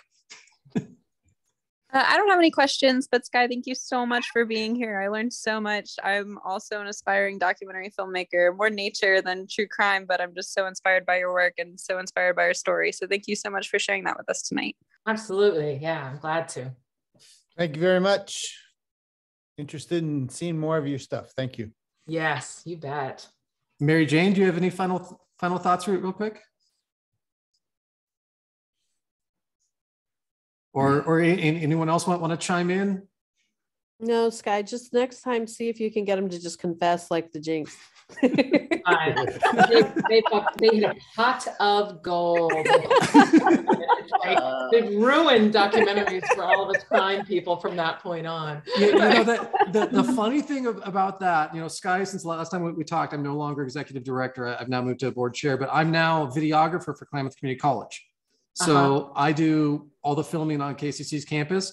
Multiple times I'm doing an interview with a student or an instructor as a sit down thing for something we're working on, and immediately they run off to the bathroom with the lapel mic still attached to them afterwards. And my first thought is either this is going to be the Naked Gun or the Jinx. One of the two. Mary Jane, did you want to say something real quick before Skye says goodbye? Oh, well, I just wanted to say thank you. I enjoyed the evening. Thank you. Yeah. Thank you, Skye. It was awesome meeting you. You too. I enjoyed your movie. Good. I'm glad. Keep cranking out the good stuff. Yes. I will try my best. So Kurt, what I might do is send you a link to Junk Dreams and you can just share it with everybody. Does that work? That would be wonderful. Yes. Okay. Awesome.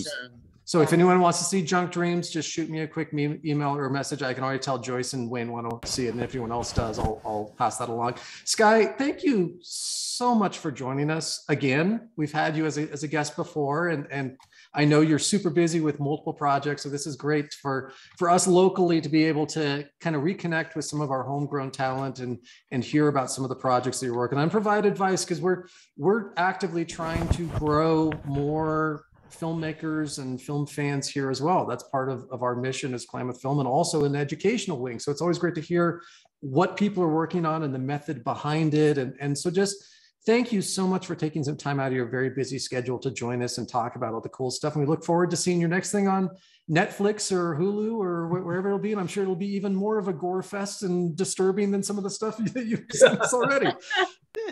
Yeah, I'm happy to talk whenever I have the chance. Whenever you invite me back, I'm happy to come back. Awesome. Wonderful. Again, Skye. Yeah. Well, Skye, we'll let you get back to your projects. Thank you everyone for joining.